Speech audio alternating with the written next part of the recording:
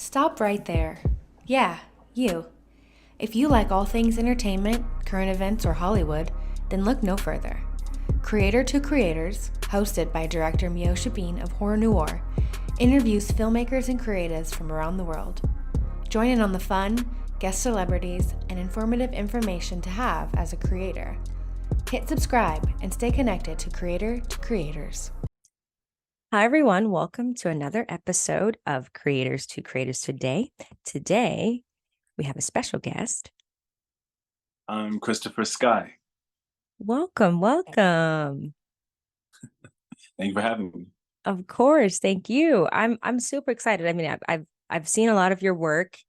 I love that we're on social media, so I see a lot of the things that you're doing. You're always working, you're putting stuff out. I love that. And I've always been like, I gotta talk to him. I gotta get him on the show. Like, get to know who he is. Yeah, I Like, I appreciate you just for love it. having me.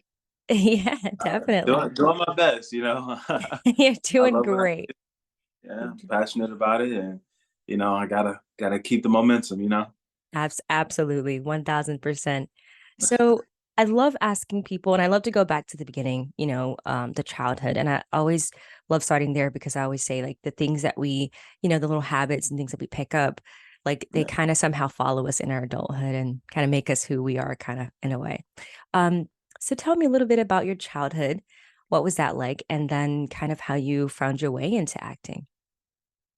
Um, so my childhood was interesting. So I was born into teenage parents. My mom and dad got pregnant with me at 14 and had me at 15.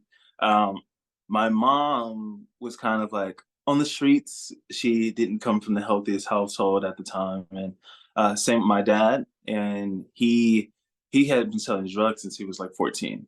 And my mom left her house. My dad was on the streets already, and they came together and had me at 15 or well 14 turning 15.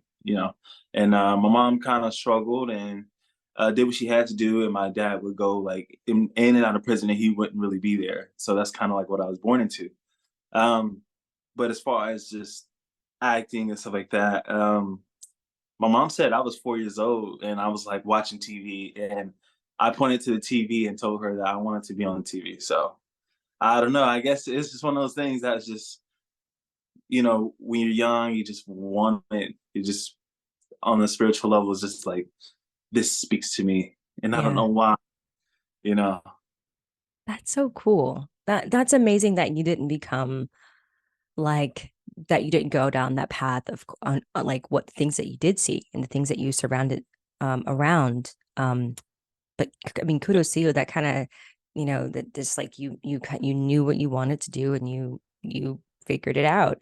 What do you think helped you kind of not go down that path of the things that you were surrounded by? You know, just God, because honestly, I don't know. I don't know. I grew up, I have cousins, uncles, family members that all grew up the way I did. And, they went on to not be as successful, or, you know, they tended to be a bit more of a victim of their environment and stuff like that. I don't know how, but Yeah. I didn't, but I easily could have. So I have a lot of grace for Yeah. them, because I'm like, this easily could have been me, but it just Yeah. wasn't. You know, it's just like I said, it's one of those spiritual things where it's just I just naturally was just different. I've always felt different. I've always been different, and growing up, I would get made fun of it. Really? Yeah, and then I grew up in Atlanta. I grew up in a very black community, so we got that thing in our community where if you don't act hood or ghetto, or do a lot of typical things, you're different, you're weird, you're white. Oh So God, yeah. it's kind of the stuff I went through a lot growing up. Totally understand that. I was called an Oreo. I was bullied so badly in school. Like, I used to hate school.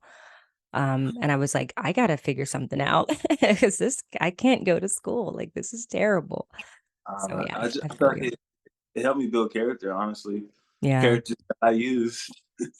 Yeah, I know, right? That you like you can dig from in that place that in to you can use it for like into your art and Yeah. your characters that you have. That's really, really awesome.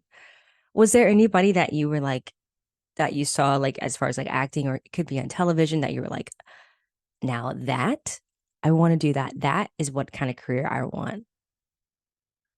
Um, early in my career, no, Okay. but as of recent, I saw Joaquin Phoenix's Joker. Oh, that was good. Like, oh, this is such a character, so edged out, but so real and grounded.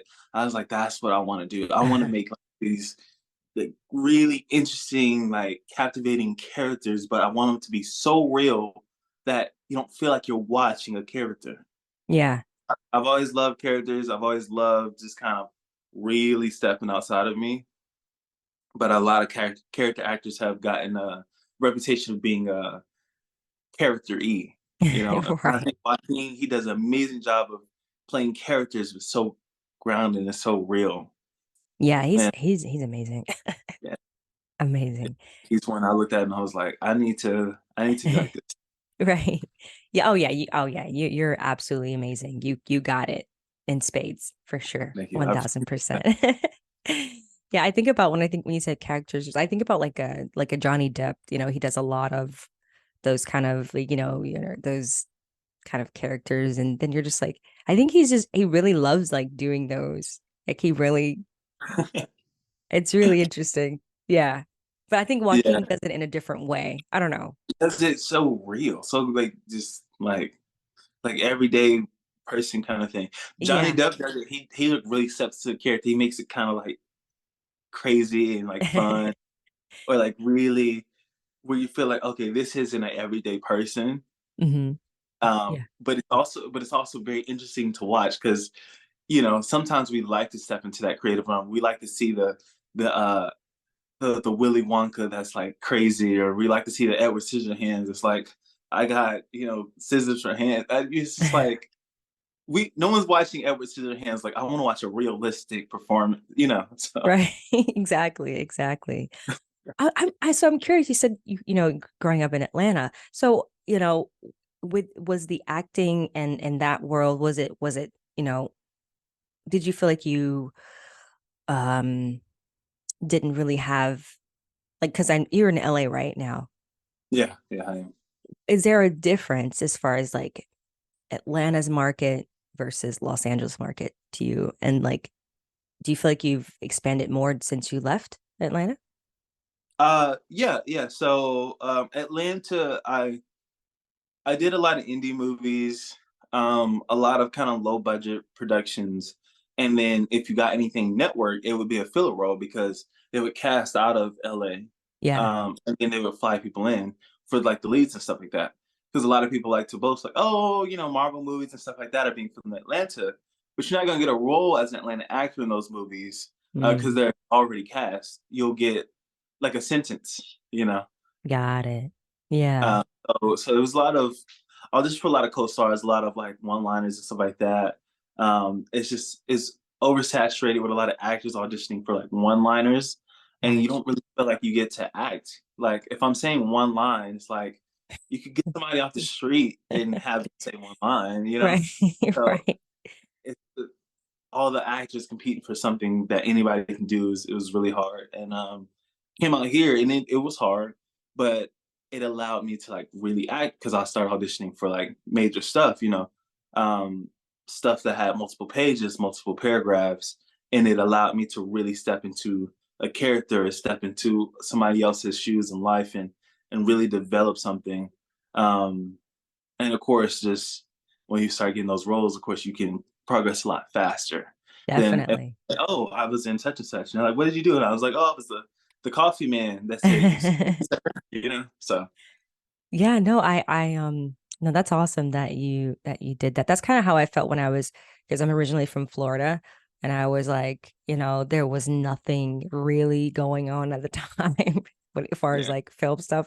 I mean, I think I did my first, I guess, professional gig was in Pensacola, Florida, which is working on a Roy Jones Jr. set.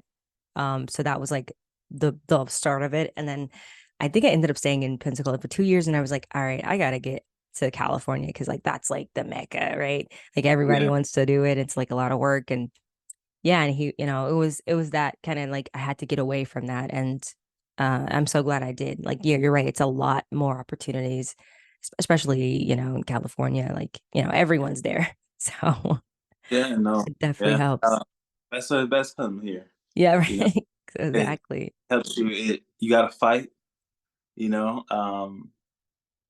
and just something about it being harder just helps you develop character, and it helps you. It makes you be better, Yeah, and that's what I appreciate about the city. definitely.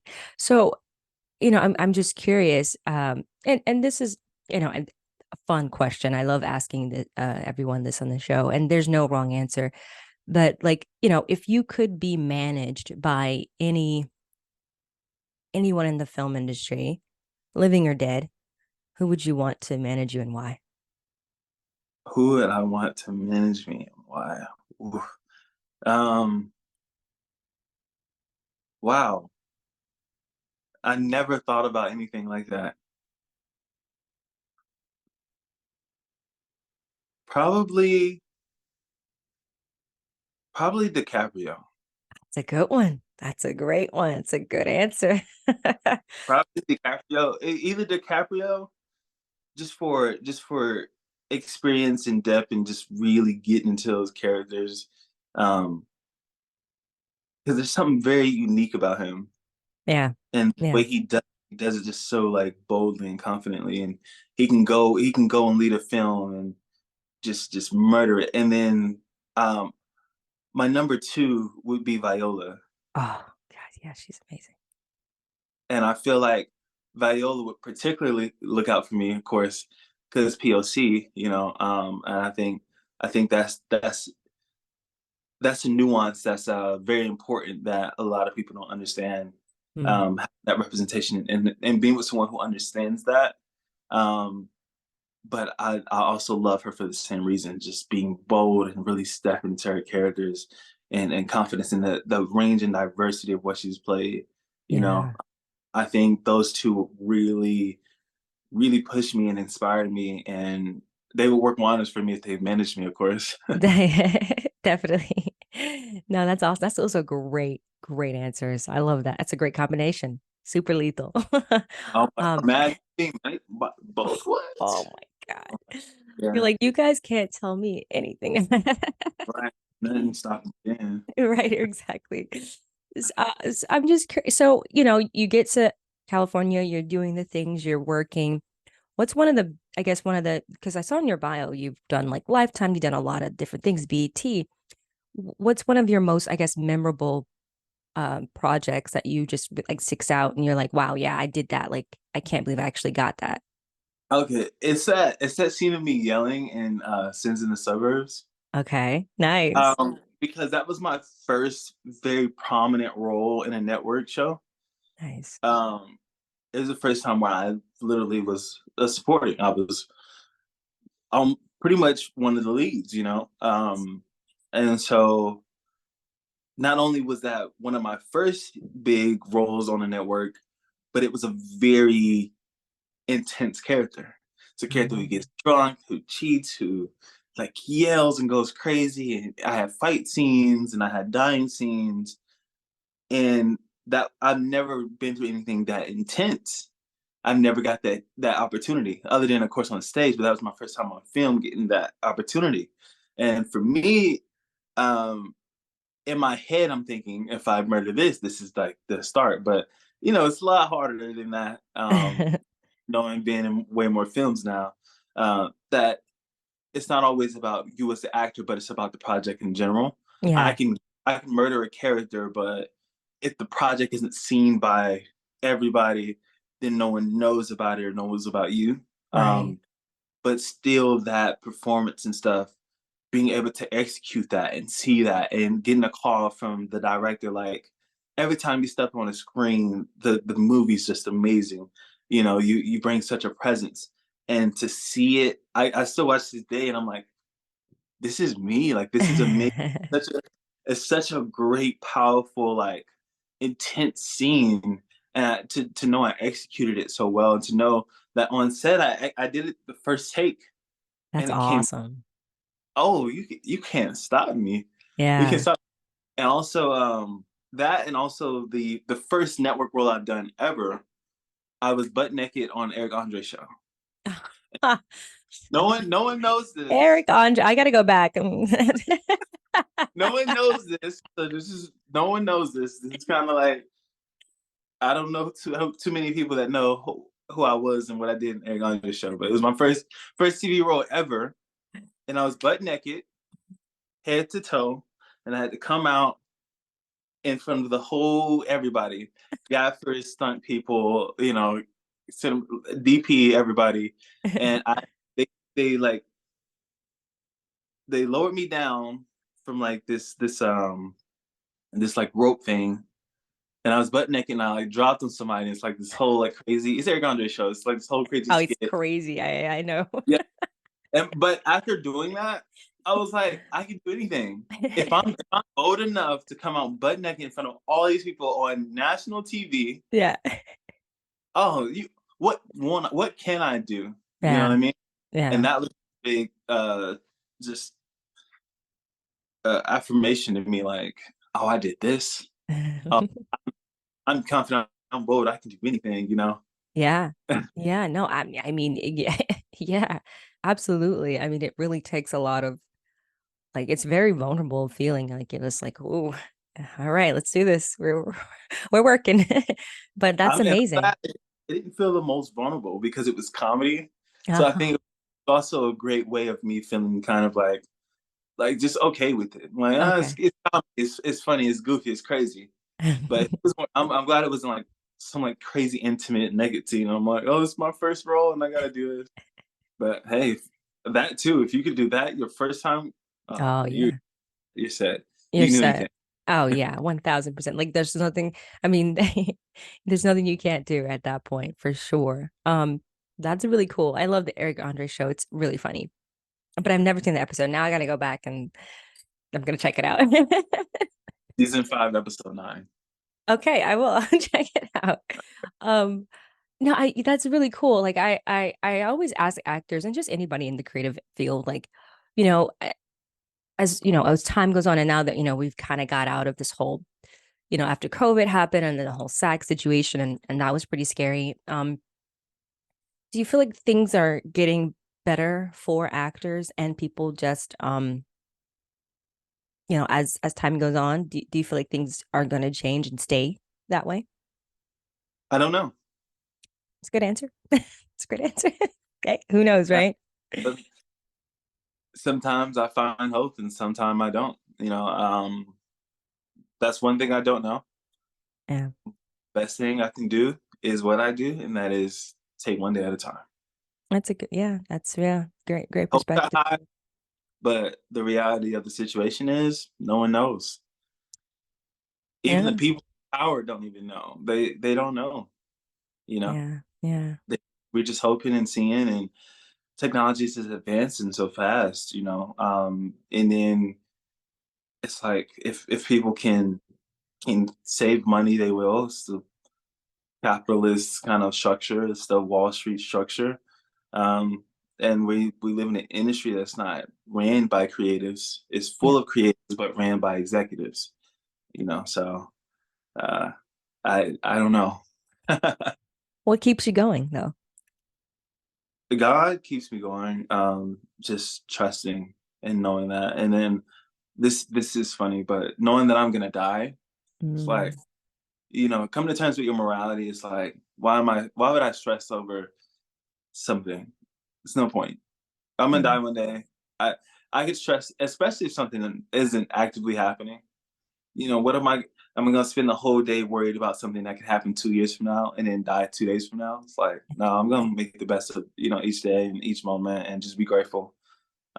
So actually knowing that I'm gonna die one day keeps me going because it's like because you start to let things go. You don't let things impact you as much. It's like everything has to go one day. oh This yeah. is this means nothing and everything at the same time, you know? Hmm. Yeah, that's a great that's a great way to look at it for sure. Definitely. I'm curious, the I always like to ask this question too. The three levels of influence: money, power, and respect. And if you could choose one of those things, Which one would you choose and why? Respect. And I would say respect because um, I don't care about the other two.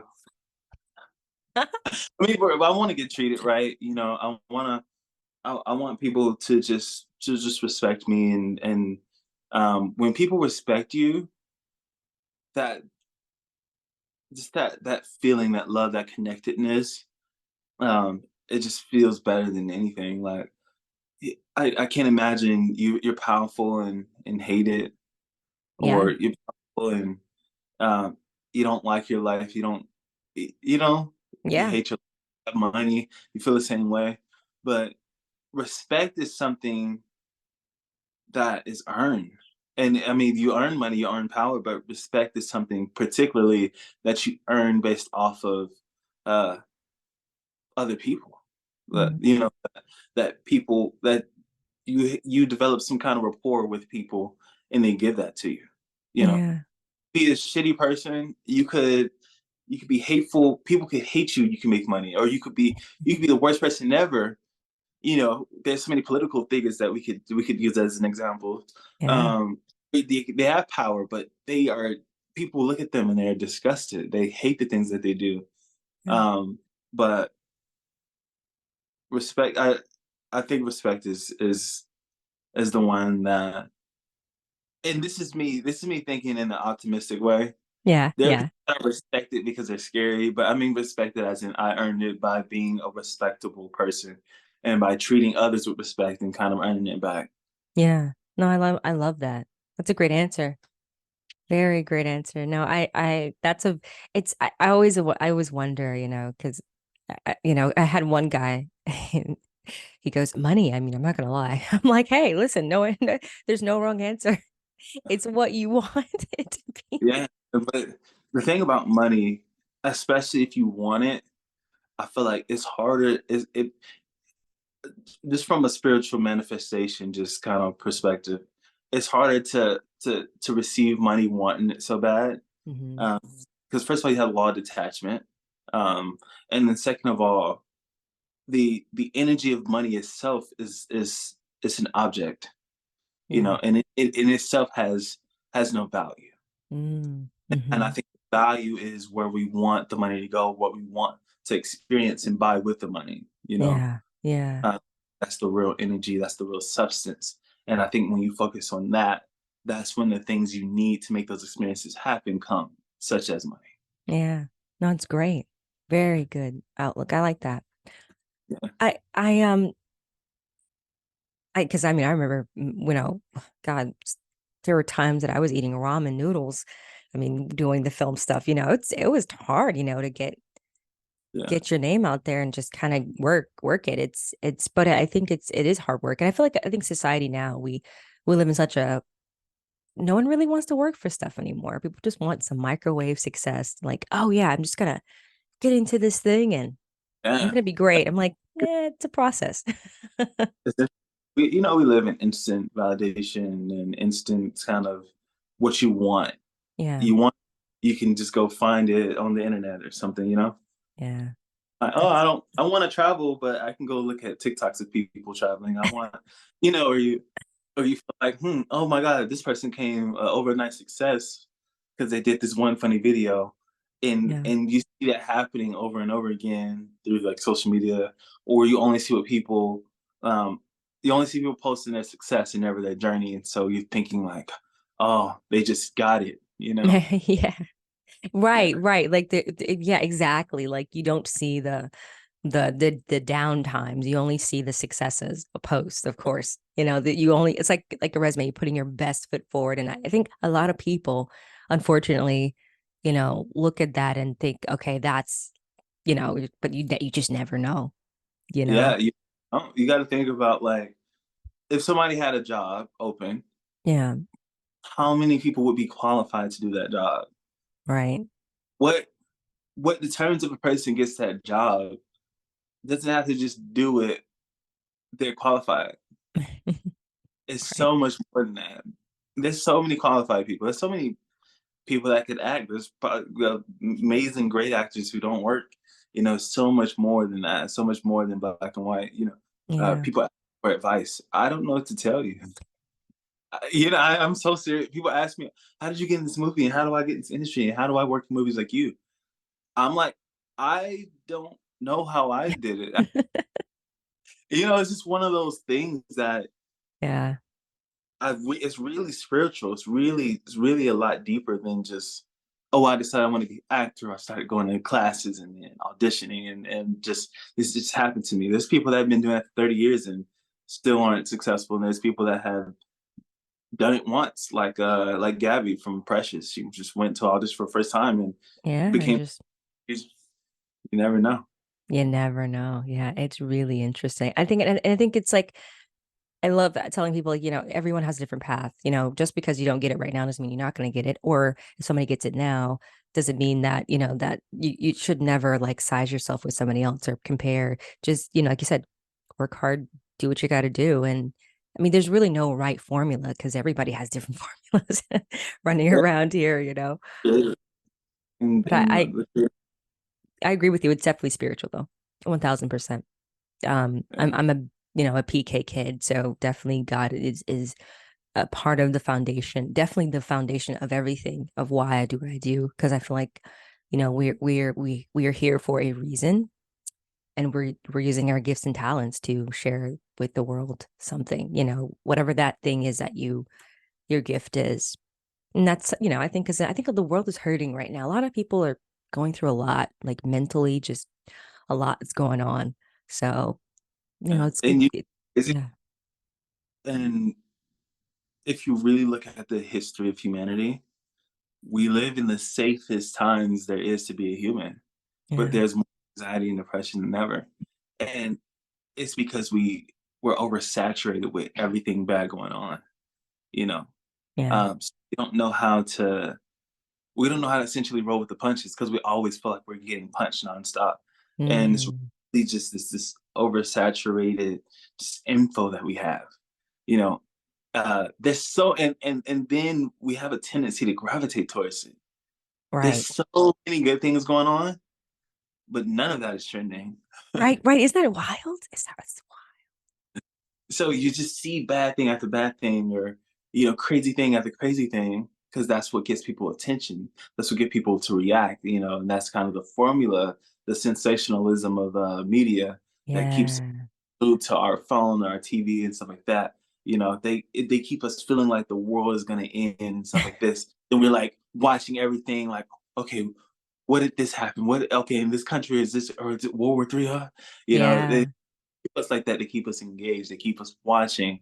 And I think that it's all a matter of what you allow yourself to see and feel, because you can think the world's going to end in World War III, or this bomb is going to come, and or this war is going to happen, and the world's going to end, and then you could just go out and die in a car accident.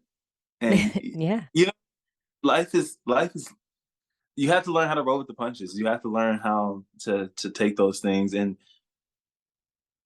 you decide what you want to fixate on. You really At got to take it. 1000. I love what you said. I love that.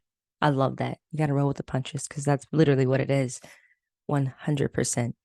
Um, Yeah. I was going to ask you, what's one of your like something that you haven't played yet that you like would love to like just get your sink your teeth in as far as like uh, characters? Talking about this.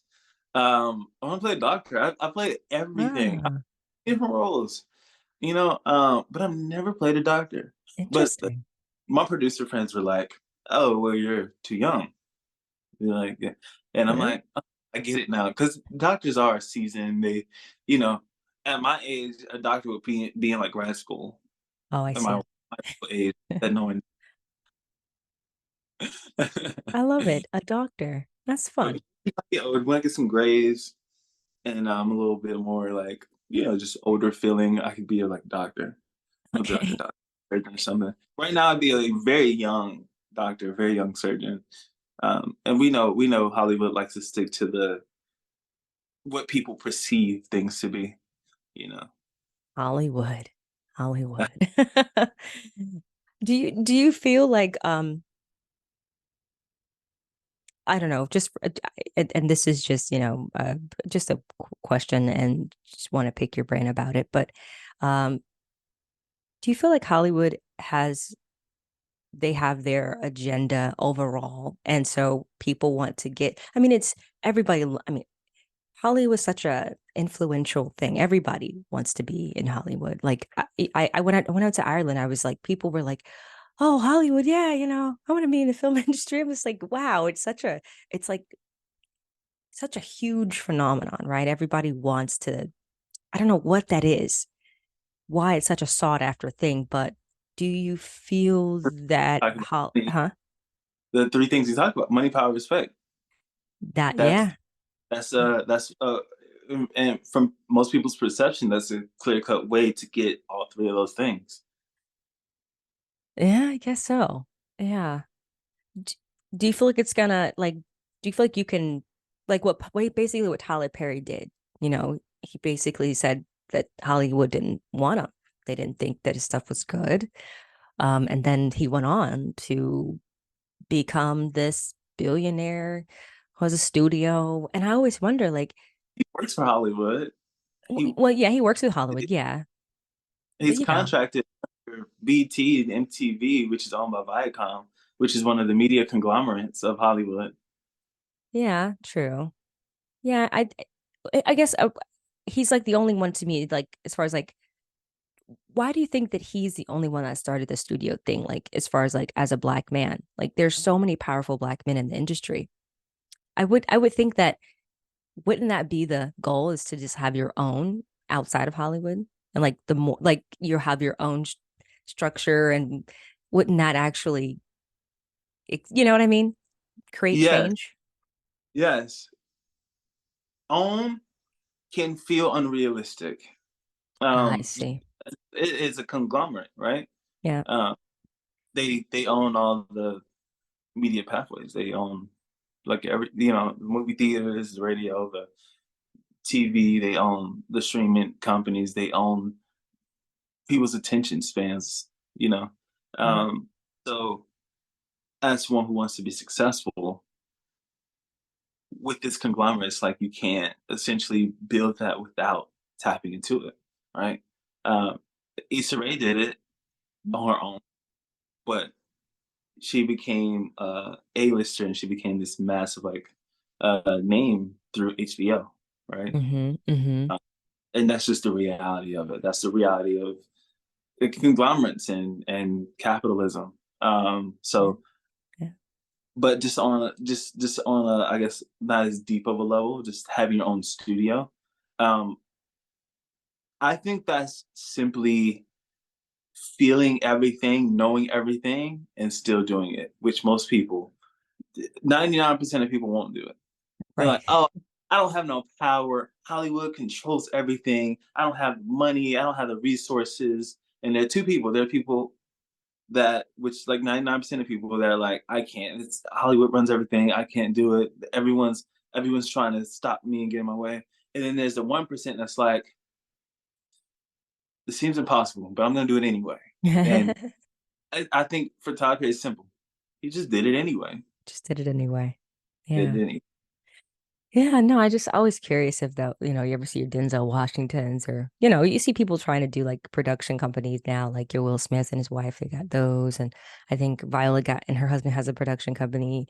But like, yeah, I just, I always wonder, like, I hear these through lines around like on interviews of like, oh, we got to change things. I'm like, well, you have a name, you can make it happen. You can create opportunities. And yeah, I mean, I don't But think you have to go through Hollywood. I think a big difference between them and Tyler Perry Yeah, is unique content. I see. Tyler Tyler Perry has a sensationalist. He creates these kind of sensational films and Yeah. TV shows. They're so dramatic and sometimes so just off putting, or they're very just like just weird. Yeah. What what the sister was sleeping with the boyfriend's dad? Like who does that? Who put this in a film? This is crazy. And Right, it's right. been so like what? Right, right. No, she did not just do that. And I think I think he creates these scenarios that are just so sensational. Yeah. They're so sensational, and we're just like, whoa, what? Even if it isn't the highest Right. quality, the top of the top, whatever, people perceive to be as good content. Just the creativity in it, the uniqueness in it in itself.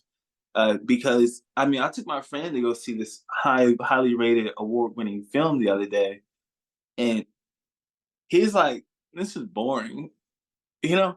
But see, with Tyler Perry, he'd be like, "Oh, the quality ain't the best," but But I know my he audience. he be laughing, crying, all through. You know what I mean? Right. Um, and so I think Tyler Perry just has a very unique feel. Yeah. It's a Perry movie. You Oh, know what I mean? 1000%. Yeah. Yeah. Yeah. No, Unique. that's, You know what I mean? Like TikTok. There's TikTokers that make content that's cringy. yeah. We can't stop watching it because even though everybody hates their content, even everybody hates their personality, they're so unique and just so interesting. I got to keep watching. Oh, I can't look at this, Right. but I kind of want to. Where they going with this? What's going on? And I think he has that. Definitely. That's no, it's great. Where Yeah. can people find you on social media to follow you and everything that you got going on and all the things you got? Instagram is where I keep all my acting stuff, all my updates. Christopher Sky Official. Christopher Sky Official. I love that. No, this was such a great conversation. It was really fun to pick your brain. Loved it. Thank you so much for coming on and sharing your knowledge and your perspectives. And I love that. Love that. Thank you. Thank you. I appreciate you. Yeah. Oh, and do you have anything that's coming out that you'd like to share? Okay, right now I have Stay Out, which is like my pride and joy at the moment. I play Rufus. It's such a great horror movie. I play such a great role in that. Um, and it's on BET Plus, but you can also find it on Amazon Prime All and right. um, and got some things coming out in theaters in February, and Woohoo. got some TV shows, movies on the way. A lot of stuff I can't say too much about, but Oh, they are. You keep an eye out, you'll be seeing me. all right. Thank you so much. The time is going down, but it was great chatting with you. You got to come back on in the future, and we wish you all the best of luck. And yeah, thank you again. Well, thank you. And thank you all for listening. And always remember to live, love, laugh. We see you guys next time.